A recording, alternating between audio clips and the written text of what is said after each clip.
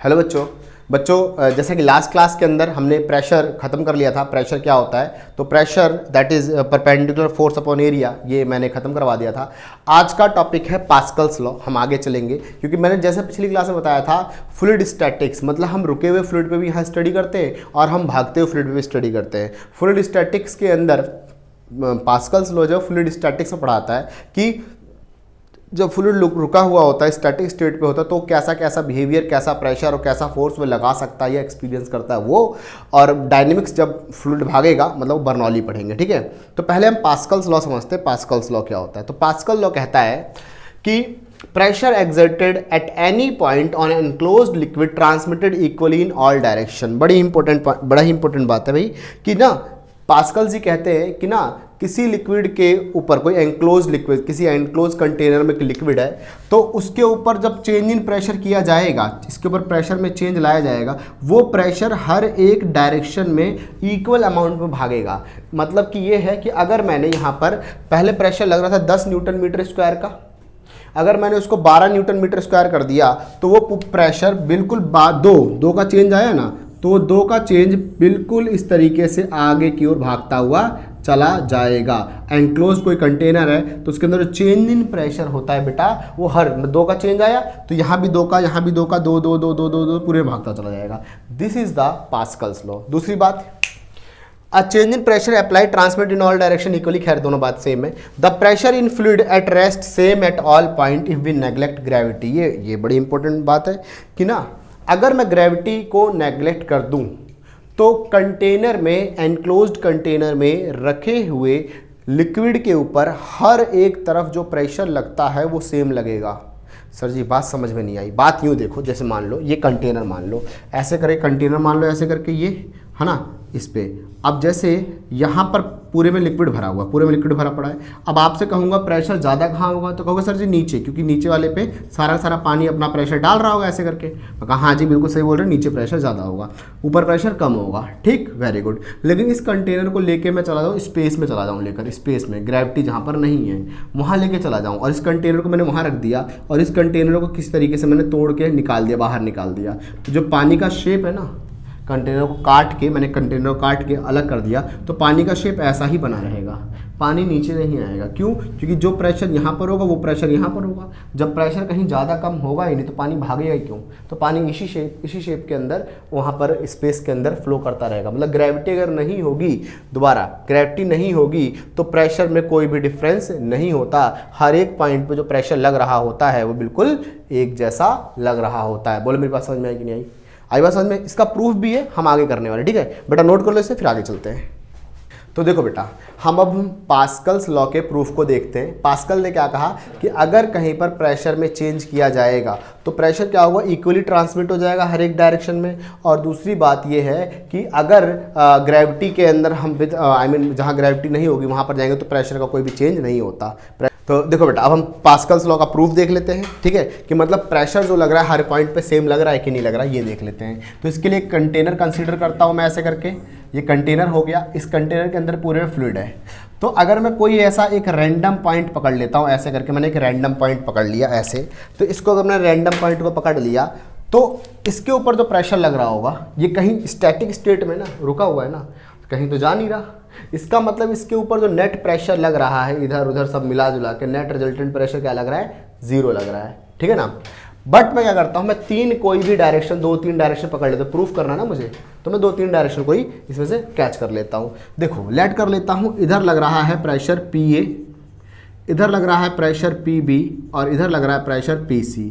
इधर मान लेता हूँ PB मान लेता हूँ, इधर मान लेता हूँ PC, ऐसी जनरली मतलब इस पे 3 पॉइंट पे ऐसे प्रेशर लग रहा है, ठीक है। अच्छा, जो इधर PA होगा, pressure at PA that is force upon area A। Pressure at PB, जो PB की तरफ प्रेशर लग रहा होगा वो होगा force at B area of B। और प्रेशर एट C क्या होगा, force at C area of C। Sir ji ये क्या कर रहे हो, क्या बता? देखो प्रेशर होता है basically force upon area. Pressure जो होता है वो बेसिकली होता है फोर्स अपॉन एरिया। अगर जैसे कि मैंने एक लिक्विड जो कंसीडर किया, ओ पॉइंट या जैसा ही पॉइंट जहाँ भी लिक्विड कंसीडर किया, उसके ऊपर जो प्रेशर लग रहा होगा, मान लेता हूँ एक इधर लग रहा है, एक इधर लग रहा है, एक इधर लग रहा है ना। तो ये प्रेशर छोटा सा पॉइंट माना है, बहुत छोटा, बहुत नेग्लिजिबल पॉइंट माना है मैंने उसको, ठीक है ना। उस पॉइंट में प्रेशर बेसिकली वो हर तरफ लगा, इधर इधर इधर, तभी तो कैंसिल हो रहा है, तभी तो स्टैटिक स्टेट में आ रहा है। तो मैं अब आपको ये प्रूफ करके दिखाना चाहता हूँ कि जिसके ऊपर प्रेशर लग रहा है इधर इधर इधर इधर, जो प्रेशर लग रहा है वो सब क्या है, बराबर है। वो अब आपस में क्या है, सबको सबके सब आपस में क्या है, बराबर है।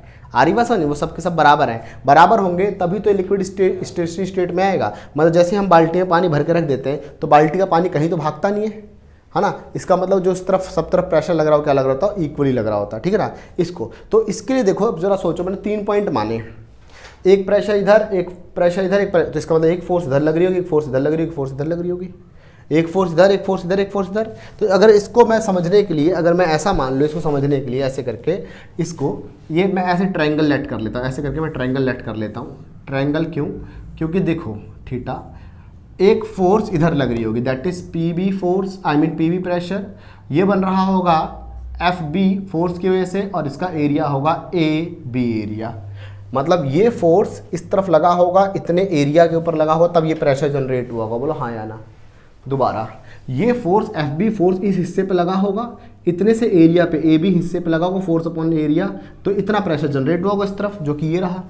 सिमिलरली इस तरफ जो फोर्स लगा होगा, क्योंकि इस तरफ पीसी प्रेशर जनरेट हो रहा है, तो इसका मतलब इधर फोर्स लगा होगा एफसी और इधर का एरिया होगा एसी, तो तभी जाके प्रेशर जनरेट हुआ पीसी।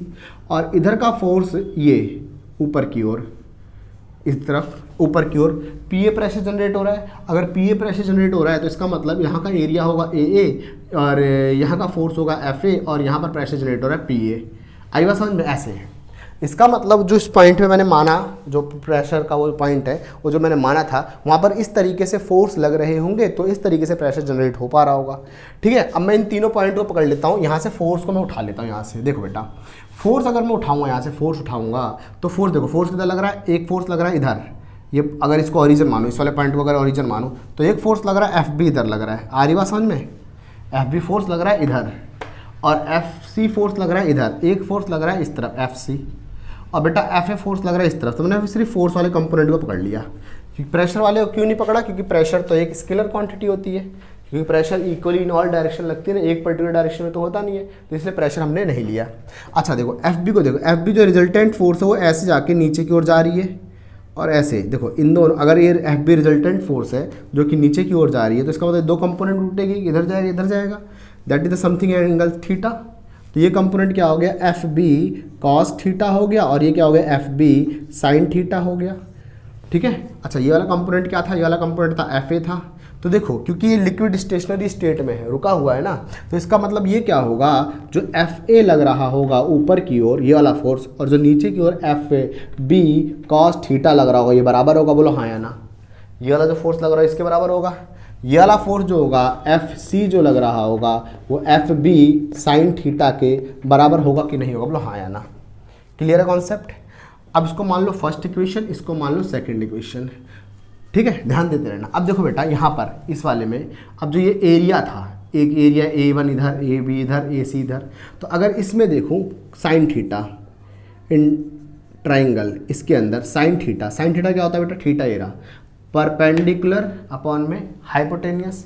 तो परपेंडिकुलर क्या होगा, एरिया के टर्म में लूंगा मैं इसको, ए सी ये हो गया ए सी, और अपॉन में हाइपोटेनियस क्या हो गया यहाँ पर, एरिया का एरिया का जो कंपोनेंट लूंगा ए बी, ठीक है ना। ए सी इज इक्वल्स टू क्या हो गया, ए बी साइन थीटा। बोलो हाँ या ना।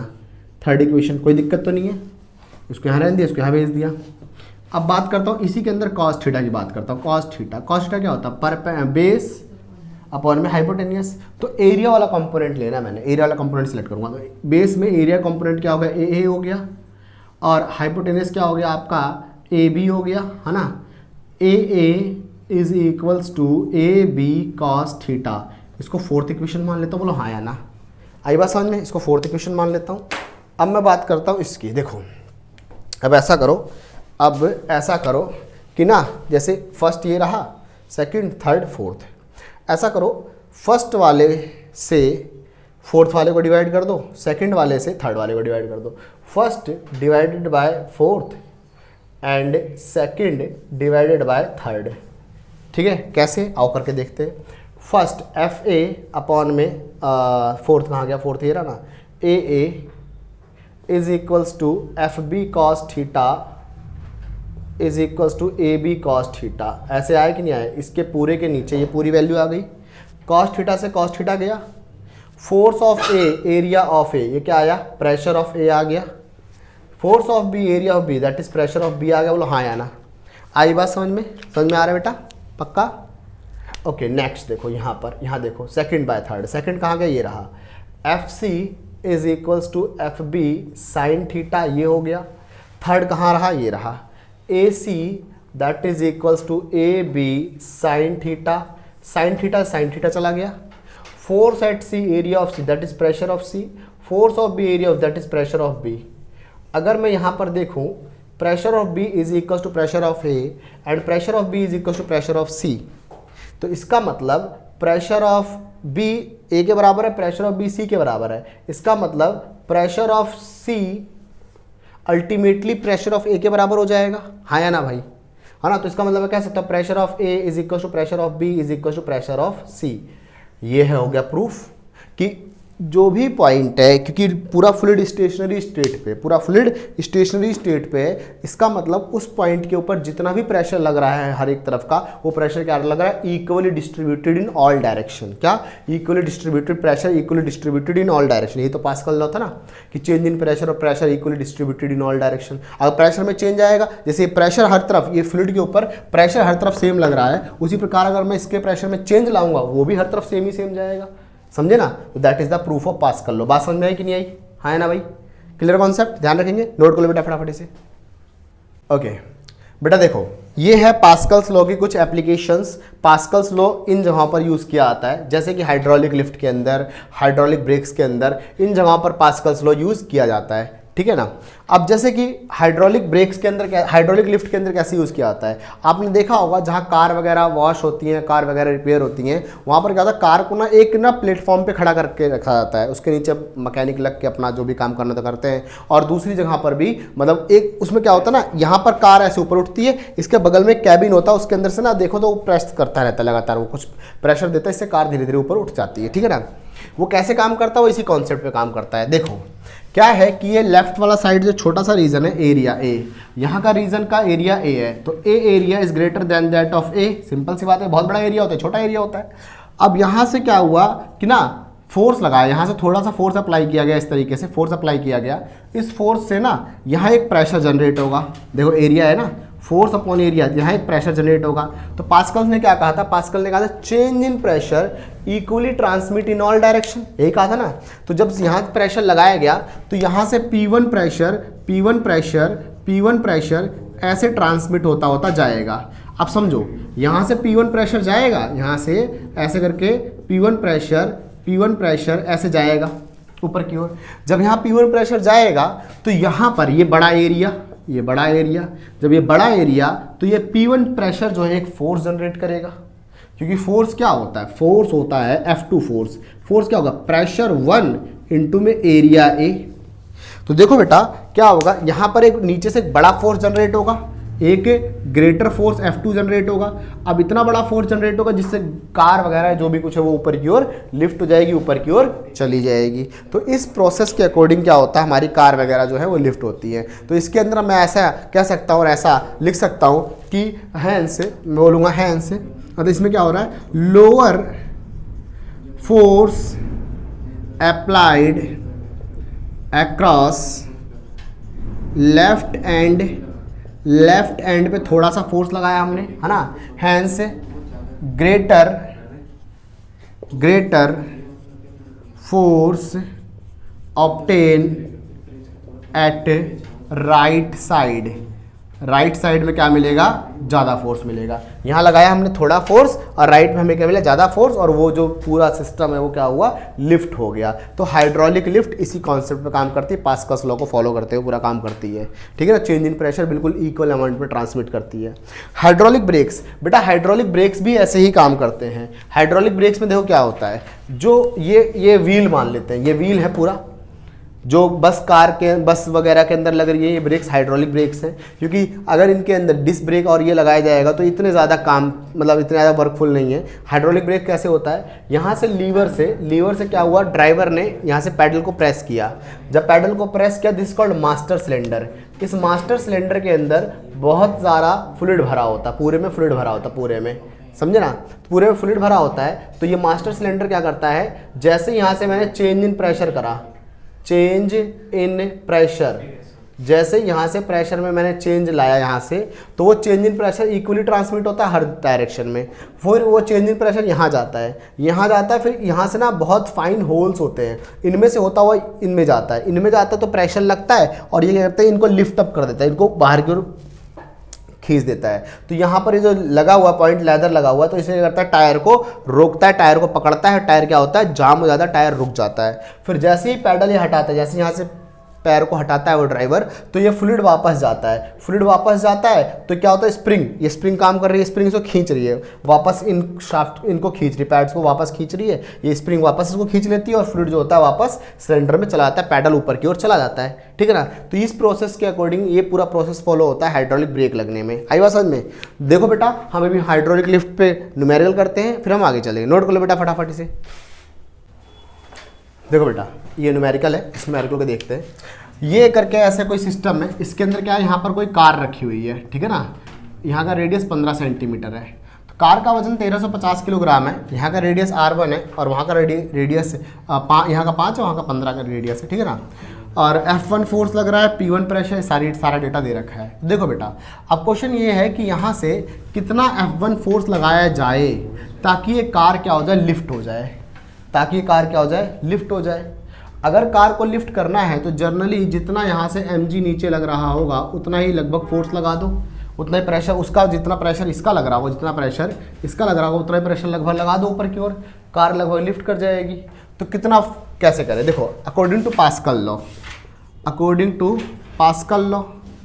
पास्कल लॉ के अकॉर्डिंग क्या होता है कि जितना प्रेशर इस F1 फोर्स ने जितना प्रेशर यहाँ प्रोड्यूस किया होगा वो प्रेशर यहाँ से यहाँ तक गया होगा इक्वली, है ना। तो इसका मतलब pressure at P1 is equal to pressure at P2।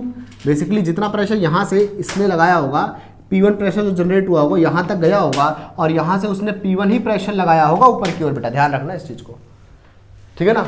तो देखो इसका मतलब मैं कह सकता हूँ P1 at first end is equal to P2 at second end, मतलब यहाँ जो लग रहा है वो भी P1 ही है, वो भी एक तरीके से P1 ही है। तो यहाँ का P1 कैसे बनेगा, यहाँ का P1 बनेगा force of first, area of first. यहाँ का P1 जो ये प्रेशर लगा रहा है, यहाँ फोर्स क्या है और यहाँ का एरिया क्या है, और यहाँ का P1 कैसे बनेगा कि यहाँ का P1 देखो प्रेशर क्या होता है, फोर्स अपॉन एरिया।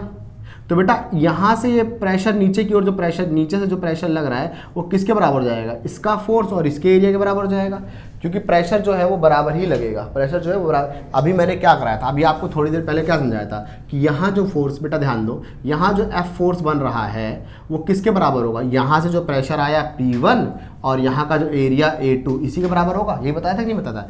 इस एंड पे जो नीचे से फोर्स लग रहा है ऊपर की ओर, तो जो यहाँ से प्रेशर ट्रांसमिट होकर आया था P1 यहाँ से प्रेशर ट्रांसमिट होकर यहाँ तक आया था, तो इस प्रेशर ने कुछ फोर्स जनरेट करा, वो फोर्स क्या है F2 किसके बराबर होगा, ये वाला प्रेशर जो है और इसका जो एरिया है। तो क्या मैं P1 is equal to F2A नहीं कह सकता, A2 ऐसे भी तो कह सकता हूँ ना। बोलो हाँ या ना भाई, आ रहा समझ में कि नहीं समझ में आ रहा, आ रहा समझ में कि नहीं आ रहा, गुड। तो इसका मतलब मैं कह सकता हूँ कि F1A1 is equal to F2A2 ऐसा कह सकता हूँ। ओके जी आगे चलते हैं। F1 ये मैंने निकालना है, A1 एरिया पाई R1 का square is equal to F2 देखो नीचे की फोर्स क्या लग रहा है 1350 और gravity 10, force equal to mg होता है ना। तो नीचे फोर्स क्या लगा उस प्लेटफॉर्म पे, इस प्लेटफॉर्म पे फोर्स लग रहा होगा mg के बराबर लग रहा होगा 350 इंटू में 10, तो ये, और रेडियस क्या हो गया पाई R2 का स्क्वायर हो गया, पाई से पाई चला गया, F1 will become equal to, अच्छा R1 क्या है 5 सेंटीमीटर का स्क्वायर, तो 5 का स्क्वायर 5 सेंटीमीटर का स्क्वायर, सेंटीमीटर से सेंटीमीटर में इसलिए नहीं काट रहा, सामने ही कट जाएगा वो, ये हो गया 350 इंटू में 10 अपॉन में इधर का एरिया क्या होगा 15 का स्क्वायर, 15 का स्क्वायर, यहाँ चला जाएगा F1 will become equals to, ये हो जाएगा 350 आई मीन ये, और इंटू में 10 इंटू में 5 5 25 ये हो जाएगा, और 15 इंटू ये 15 हो जाएगा। बेटा मैंने नहीं काटा सेंटीमीटर, क्योंकि इसका सेंटीमीटर का स्क्वायर बनता, इसका सेंटीमीटर का स्क्वायर बनता है, अपने आप ही वैनिश कर जाता। तो कन्वर्जन वगैरह मैंने करा ही नहीं, छोड़ दिया मैंने, उसको आने दिया। ठीक है ना। अच्छा देखो हो जाएगा 5 2 10, 5 3 15 हो जाएगा। ये हो जाएगा 350 को मैं लिखूंगा तो 2700 हो जाएगा, 25 हो जाएगा, 3 5 जा 45, आई मीन 15 3 जा 45, F1। और बेटा इसको सॉल्व करोगे तो एक बच्चे ने सॉल्व किया पीछे, तो बता रहा है आंसर कि 1500 के अप्रॉक्स आंसर आएगा, 1500 न्यूटन के अप्रॉक्स इसका आंसर आएगा। सॉल्व करके देख लेना आपने। ठीक है, ओके। अगर F1 फोर्स आ गया तो P1 प्रेशर क्या होगा? P1 प्रेशर को होगा F1 force upon A1 area, force upon area ही तो होता है। तो फोर्स कितना हो गया? ये हो गया P1 दैट इज 1500, और एरिया क्या होगा? पाई R1 का स्क्वायर। अब बेटे यहाँ पर आपको रेडियस को मीटर में करना पड़ेगा, क्योंकि यहाँ नहीं कटने वाला। तो उसको इस रेडियस को आप मीटर में कन्वर्ट कर देना, 0.05 मीटर हो जाएगा ये। तो 0.05 का स्क्वायर कर देना, उसके बाद आंसर रखेंगे तो आ जाएगा। ठीक है बेटा, नोट कर लो फटाफट, फिर आगे चलते हैं। तो बेटा अब नेक्स्ट टॉपिक की बात करते हैं, that is the pressure exerted by liquid column.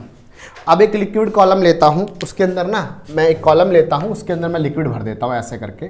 ये है एक कॉलम, इसके अंदर मैंने भर दिया लिक्विड, फ्लूइड, कुछ भी कहो जैसा आपको ठीक लगे, ये भर दिया। अब बेटे इसके अंदर जो फ्लूइड है वो पूरा का पूरा प्रेशर लगा रहा होगा, समथिंग हाइट h होगी ना इसकी, height h, length breadth area, क्योंकि एक क्यूब मैंने ले रखा है तो ठीक है। अब ये क्या कर रहा होगा, ये पूरे इसमें फ्लूइड भरा हुआ, पूरे फ्लूइड भरा हुआ है। जब पूरे फ्लूइड भरा हुआ है तो प्रेशर भी लगा रहा होगा। मैंने वो प्रेशर कैलकुलेट करना है कि वो प्रेशर की क्या वैल्यू होगी। आई बात समझ में? फिर मेरे को याद आया प्रेशर क्या होता है। जैसा कि मैं जानता हूँ प्रेशर होता है, वी नो दैट प्रेशर होता है फोर्स अपॉन एरिया, ये प्रेशर होता है।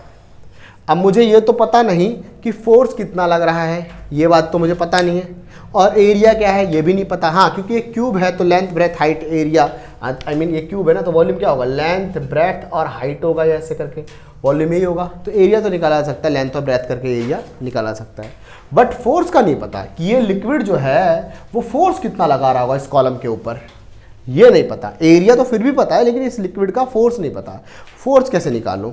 फिर मुझे एक बात याद आई कि फोर्स जो होता है ना वो होता है मास इंटू ग्रेविटी होता है, मास इंटू ग्रेविटी। अब मैंने क्या है कि मेरे को एक ग्रेविटी नहीं पता कि मेरे को ये मास नहीं पता इस लिक्विड कंटेनर के अंदर मास कितना है। तो मास कैसे कैलकुलेट करूं? फिर मुझे एक और कंसेप्ट याद आया कि अगर मेरे को इस कंटेनर का वॉल्यूम पता है, डेंसिटी होता है मास अपॉन में वॉल्यूम, ये डेंसिटी होता है। तो मास क्या हो गया? ये हो गया डेंसिटी इंटू में वॉल्यूम, ये हो गया मास। मतलब उस लिक्विड की डेंसिटी पता हो और उसका कंटेनर का वॉल्यूम पता हो तो बता दूंगा कितना मास है उसके अंदर। समझ रहे हो? ये एक अल्टरनेट मेथड है। अब इससे मास आ जाएगा तो फोर्स हो जाएगा आपका डेंसिटी वॉल्यूम इंटू में ग्रेविटी। अब ये वॉल्यूम क्या होता है? वॉल्यूम अगर मैं सॉल्व करूँ तो वॉल्यूम होता है एरिया इंटू में हाइट इंटू में ग्रेविटी, क्योंकि वॉल्यूम होता है लेंथ ब्रेथ हाइट। तो हाइट तो मैंने इसका h ले रखा है, तो लेंथ इंटू ब्रेथ एरिया हो जाएगा। तो ये हो गया इसका फोर्स। आ रहा समझ में? आ रहा समझ में भाई? नहीं समझ में आ रहा? देखो क्योंकि मैंने क्या करना है, इस लिक्विड ने जिस कंटेनर पे प्रेशर लगा रहा है, मैंने ये देखना है कितना प्रेशर लगा रहा है। तो उस प्रेशर को कैसे निकालेगा? प्रेशर होता है फोर्स अपॉन एरिया। ना तो मुझे फोर्स पता, खैर एरिया तो मान लो पता चल ही जाएगा, कंटेनर है। अब मैंने उस फोर्स को कैलकुलेट करना है कि फोर्स कितना लग रहा है। तो फोर्स होता है mg, जो ग्रेविटी के इन्फ्लुएंस में रखा हुआ था, mg होता है फोर्स। ठीक है जी, तो mg फोर्स लग रहा है इसके ऊपर, mg फोर्स लग रहा है। और ये क्या कहते हैं, कहाँ गया? mg फोर्स लग रहा है इसके ऊपर। तो अब इसका मास नहीं पता उस लिक्विड का, कंटेनर में मास कितना रखा है लिक्विड का। तो मास कैसे निकालूं? फिर मेरे को कॉन्सेप्ट पता है डेंसिटी वाला। डेंसिटी से हमने बहुत मास कैलकुलेट किया है। डेंसिटी होता है मास अपॉन वॉल्यूम, तो मास हो गया डेंसिटी इंटू वॉल्यूम हो गया। ठीक है, डेंसिटी इंटू वॉल्यूम। डेंसिटी मैंने यहाँ सब्स्टिट्यूट कर दिया और वॉल्यूम ये रहा। अच्छा, फिर वॉल्यूम, क्योंकि डेंसिटी तो इस लिक्विड की डेंसिटी है। वॉल्यूम क्या होता है? एरिया इंटू हाइट, क्योंकि वॉल्यूम होता है लेंथ ब्रेथ हाइट। अब हाइट h मान रखा है तो लेंथ इंटू ब्रेथ एरिया हो जाएगा। तो एरिया इंटू में हाइट कर दी डेंसिटी, ये आ गया फोर्स, ये आ गया लिक्विड की वजह से लगने वाला फोर्स। अब देखो प्रेशर क्या होता है? प्रेशर होता है फोर्स अपॉन एरिया। फोर्स ये रहा रो ए एच जी, ये है फोर्स, और एरिया ये रहा ए से ए कट गया तो प्रेशर क्या लग रहा है बेटा? रो जी एच। मतलब कोई भी लिक्विड फ्लूइड कंटेनर या कोई भी चीज़ है, कोई भी लिक्विड वगैरह है, अगर किसी कंटेनर या किसी चीज़ के अंदर सर्टेन हाइट तक रखा हुआ है तो वो जो है प्रेशर लगा रहा होगा कि उसकी डेंसिटी कितनी है, रो, ग्रेविटी तो खैर ग्रेविटी, और कितनी हाइट में रखा हुआ है। बाल्टी में पानी भर के रखा हुआ है तो बाल्टी का पानी भी बाल्टी के ऊपर प्रेशर लगा रहा होगा। कितना प्रेशर कि बाल्टी की डेंसिटी कितनी है, सॉरी पानी का डेंसिटी कितना है, और ग्रेविटी तो वो है ही, और कितनी हाइट तक पानी भर के रखा हुआ है तो उतना प्रेशर लगा रहा होगा। ठीक है बेटा, नोट कर लो बेटा। अगली क्लास के अंदर हम आपको बात बताएंगे ग्रेविटी का क्या इफेक्ट पड़ता है प्रेशर के ऊपर, और ग्रेविटी कैसे प्रेशर को चेंज करता है। ठीक है बेटा, नोट कर लो बेटा फटाफट। मिलता है अगली क्लास में, बाय बच्चों।